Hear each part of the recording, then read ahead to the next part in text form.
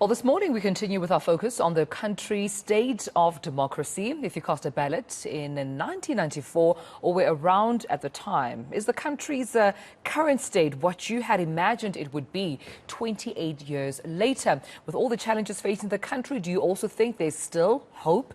Let's find out what civil society has to say about this with Ahmed Kathrada Foundation Executive Director Nishan Belton joining me this morning. Good morning to you, Nishan. Thank you so much for your time. I mean, that's precisely the question. Is our democracy a democracy that looks good on paper, in our constitution?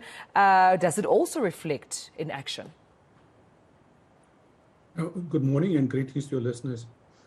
When a country has more than 50% of its people who are not working, millions who are going hungry every day, and an entire country that goes without electricity, huge sections without water, it's clearly a democracy that's not working. It's clearly a democracy that's not working when the vast majority of people who took part, who could have taken part in the last elections, chose not to do so. So formal democracy is not working in this country. Accountability systems are not working. And in all the major issues that you would have hoped a democracy to have been able to deal with, by all accounts, it appears not to be doing so. So clearly, the benefits of this democracy, or the things that people would associate with a working democracy, are not visible, are not being felt all across the country. And post 1994, so that some South Africans may feel that they were sold a dream. Where do you think we went wrong? Well, I think we went wrong in a number of ways. We became less active as citizens. We gave over much of our civic responsibility to political parties.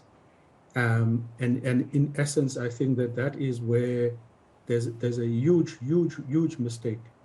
Our constitution was designed, and our political system designed around a person like Mandela, and at a time when you had hoped that the best possible people would be present in political parties. Now, when those elements are removed, and citizens themselves have become disorganized or weakly organized, our political system doesn't allow, at this particular point, for the accountability mechanisms that really holds people responsible, and there's consequences for poor performance. What the result is that you have a situation that we have today. So collectively, citizens, political parties, business, labor, all of us, I don't think have played the roles that we should have played from 94. Yeah. And especially more so in the last 10 years. Nishan, with the grim picture you painted early on, the lack of jobs and just inadequate, I suppose, necessities such as, a public health care, etc., being provided for. These are basics for South Africans. Are we a failed state? Are we heading over to becoming one?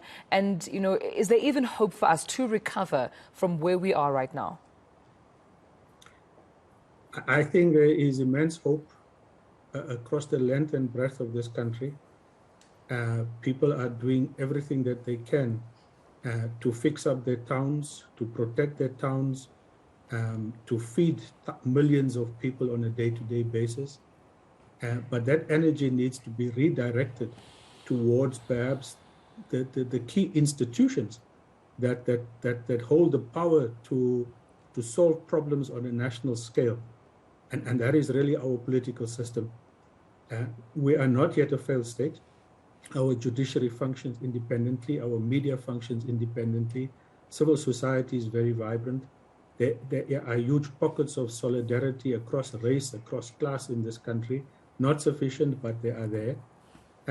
A failed state would have very little of that. Our biggest failure is in our political systems and governance systems at the moment. What about our electoral systems? Should we call for a complete overhaul there? Fundamentally, our electoral system basically places power. So when you vote for a political party. You don't vote for a candidate. with the result today is that you can't reach any member of parliament where you stay to basically say to them, I don't have electricity. What are you doing about this issue? What are you doing in parliament about this issue? What have you been voting on? So it is an electoral system that places power in the hands of political parties. And therefore, at the end of the day, even parliamentarians themselves, their ability to hold the executive to account is weak because they are beholden to their party structures. If you don't toe the line, you are out. And ultimately, it's the party bosses who run this country, not people through their voting power. Yeah, and I'm glad you mentioned that point. And just in the last question I have before I let you go, for those institutions and those individuals doing the best they can to still protect the democracy of this country, our democracy that we enjoy today, do you think there is enough support for them? There's enough protection around them? And we can talk about whistleblowers, and we saw how some of them were at least victimized during state capture. Some had to flee. Some, unfortunately, were gunned down. Babita Deokaran coming to mind, blowing the whistle in the Department of Health.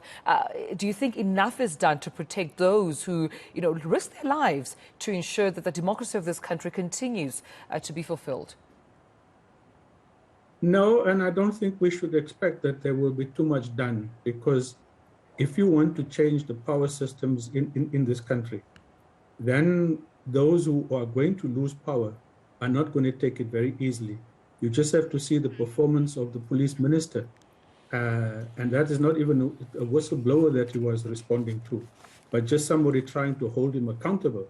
So accountability work is going to be hard. It's going to be resisted, but has to be done.